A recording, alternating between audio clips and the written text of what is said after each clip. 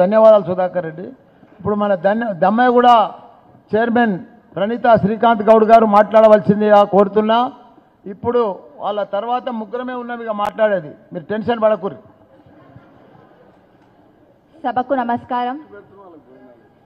ఆత్మీయ అభినందన సభకు విచ్చేసిన గౌరవ మాజీ మంత్రివర్యులు మల్లారెడ్డి గారికి, మరి మాజీ మంత్రివర్యులు నిరంజన్ రెడ్డి గారికి, వేదిక మీద ఉన్న చైర్మన్కి, వైస్ చైర్మన్కి, సర్పంచ్లకు, వార్డ్ మెంబర్లకు, కౌన్సిలర్లకి, కోఆప్షన్లకి, ముఖ్యంగా టీఆర్ఎస్ పార్టీ కార్యకర్తలందరికీ నా నమస్కారాలు తెలియజేసుకుంటున్నాను. మరి ఈరోజు ఈ సభ ఏర్పాటు చేసుకున్నామంటే దానికి ముఖ్య కారణం మల్లారెడ్డి సార్ గారి గెలుపు. మరి ఆ గెలుపుకి కారణమైన కార్యకర్తలందరూ ఈరోజు ఇక్కడికి వచ్చినందుకు ప్రత్యేకంగా ధన్యవాదాలు తెలుపుతున్నాను. అదేవిధంగా మరి మన మేడ్చల్ నియోజకవర్గంలో 35,000 మెజారిటీతో గెలిచిన మన మల్లారెడ్డి సార్కి కూడా అభినందనలు తెలియజేస్తున్నాను. మరి దీనికంతా కారణమైన కార్యకర్తలే సార్. దీనికంతా కారణమైంది, ఈ గెలుపుకి కారణమైంది అంటే కార్యకర్తలే. మరి మేము గెలిచిన వెంటనే చాలా ఇబ్బందులు వచ్చినాయి. అవన్నిటిని తట్టుకొని మరి మల్లారెడ్డి గారి సారి ప్రోత్సాహంతో డెవలప్మెంట్ అనేది చేసుకున్నాం. దమ్మాయిగూడ అని ముఖ్యంగా చెప్పాలంటే దమ్మాయిగూడ గురించి ఏమీ లేని అప్పుడు చాలా చూసినాం మనం సోషల్ మీడియాలో ఎలక్షన్స్కి ముందు. అప్పుడు ఎట్లుండే తెలంగాణ, ఇప్పుడు ఎట్లుంది తెలంగాణ అని. కానీ దానికి దమ్మాయిగూడ పెద్ద నిదర్శనం. మాకు కనీసం డంపింగ్ యార్డ్ కిందనే ఉండి మరి దాని బాధితులమై ఎన్నో ఇబ్బందులు పడుతున్నప్పుడు కనీస మనకి మెడికల్ ఫెసిలిటీ కూడా లేకుండా ఉండే దమ్మాయిగూడకి. అట్లాంటి దమ్మాయిగూడకి మరి 2 బస్తీ దవాఖానాలు తీసుకొచ్చిన ఘనత అంటే మల్లారెడ్డి సార్ది.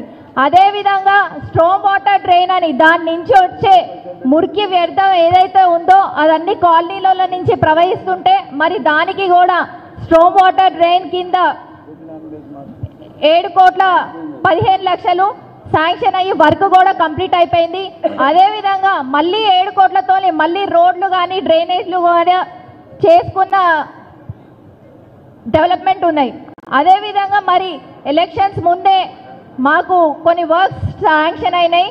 స్ట్రాంగ్ వాటర్ డ్రైన్కే కానివ్వండి, లేకపోతే main road Jawahar Nagar to Nagaram main road sanction అయింది. కానీ ఎలక్షన్ కోడ్ వచ్చి అది ఆగిపోయింది. మరి దురదృష్టశాతం ప్రభుత్వం కూడా మారింది. మరి ఇప్పుడు మన ముందు తెలుస్తూనే ఉంది. అప్పుడు ఉన్నప్పుడు అంతా మన చేతిలోనే ఉండే.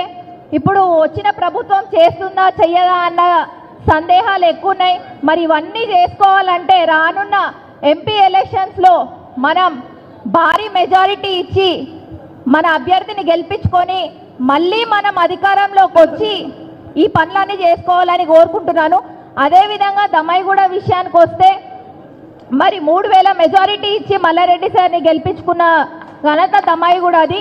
దానికి కారణమైన కౌన్సిలర్స్కి, పార్టీ లీడర్లకి, కార్యకర్తలకి ధన్యవాదాలు తెలుపుతున్నాము. ఎందుకంటే మీరు లేకపోతే మేము లేకపోతే పార్టీ లేదు, లీడర్లే లేరు. అట్లాంటిది చిన్న స్థాయి లీడరే ఈరోజు ఇంటింటికి తిరిగి ఇప్పుడు కాంగ్రెస్ ప్రభుత్వం వచ్చింది అంటే వాళ్ళు ఏదో పనులు చేసేసినారు, మనమేమో చేయలేదని కాదు. మన కేటీఆర్ సార్ కానీ కేసీఆర్ సార్ కానీ మనకు ఒకటే చెప్తుండే, తెలంగాణ ప్రభుత్వం అంటే మాటల ప్రభుత్వం కాదు, చేతల ప్రభుత్వం అని. మరి ఈరోజు కాంగ్రెస్ ప్రభుత్వం ఏర్పడింది అంటే వాళ్ళంతా జూటా మాటలతోనే, పని ఏం లేకున్నా కానీ ఉట్టి మాటలతోనే వచ్చిర్రు. ఎందుకంటే నేనే స్వయంగా చూసిన, మన ఇంట్లో పిల్లలందరూ ఫోన్ తీయంగానే యూట్యూబ్ ఒకటి ఆన్ చేస్తారు. యూట్యూబ్ ఆన్ చేయగానే ఫస్ట్ అడ్వర్టైజ్మెంట్ ఏంటి అంటే మార్పు కావాలి.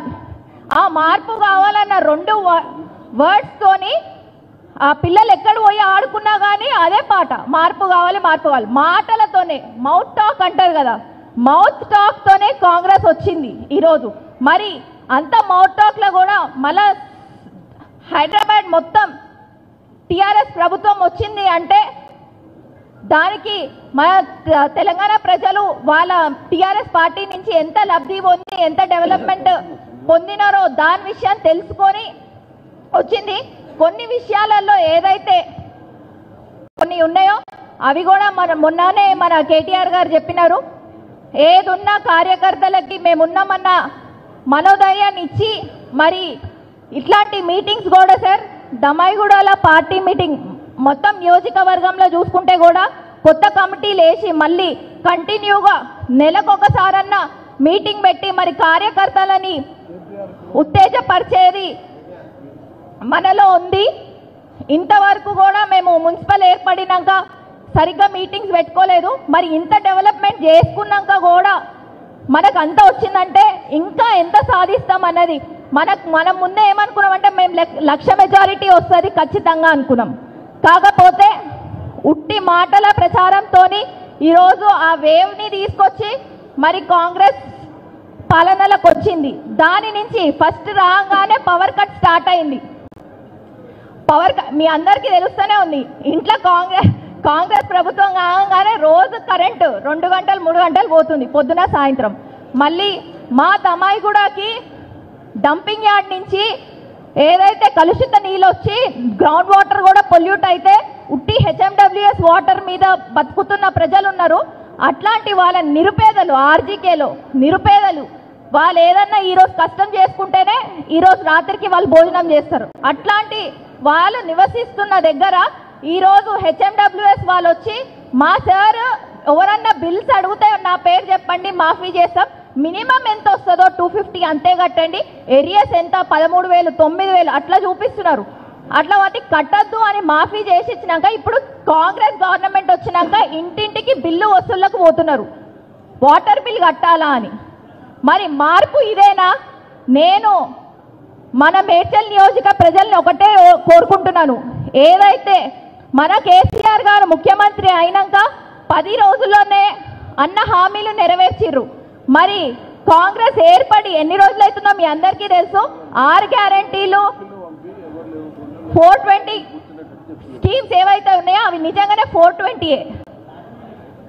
మరి మనం అందరము లాస్ట్ టైం కూడా ఎంపీ ఎలక్షన్స్కి మన ముఖ్యమంత్రి గారిని మేడ్చల్ నుంచి ఎంపీగా గెలిపించినారు. మనం ఎంత కష్టపడ్డామో తెలుసు రాజన్నకి.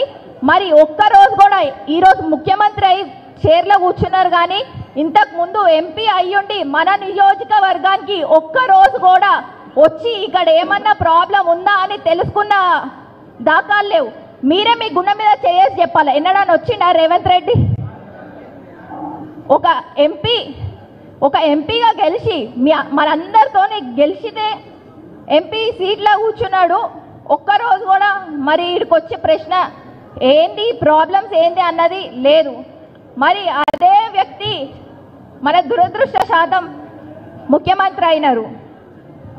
మరి ఇవన్నిటిని కూడా అధిగమించాలంటే మన మల్లారెడ్డి సార్ గారు ఖచ్చితంగా మేడ్చల్ నియోజకవర్గంలో సార్ వాళ్ళ ఫ్యామిలీ నుంచే ఇంకొకరు రాబోతున్నారు కాబట్టి ఖచ్చితంగా వాళ్ళకి సార్ ఇంతకు ముందు ఏదైతే మేము మెజారిటీ ఇచ్చినామో దానికంటే ఎక్కువ మెజారిటీ ఇస్తామని సభాముఖంగా తెలియజేస్తున్నాను.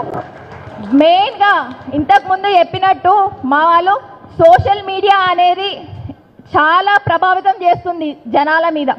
ఓపెన్ చేయంగానే ఫస్ట్ నోటిఫికేషన్స్లోనే తెలిసిపోతుంది ఏంటి అన్నది. అదొక్కసారి దానికి ఇది కాకుండా మన వాళ్ళు కూడా ఎన్నో మాటలు ఎన్నో అబద్ధాల ప్రచారాలు జరుగుతున్నాయి. వాటికి కార్యకర్తలు మీకు చేతులెత్తి మొక్కుతున్నా ప్రతి ఒక్క విషయాన్ని మీరు స్పందించాలా.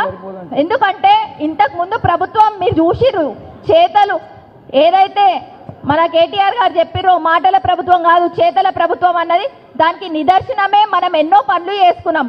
ఒక సెక్రటేరియట్ కానీ భద్రాద్రి కానీ ఇట్లా ఎన్నో డెవలప్మెంట్ చేసుకున్నాం. మన కళ్ళ ముందే మనం ఏం చేసినాం అన్నది ఉన్నది.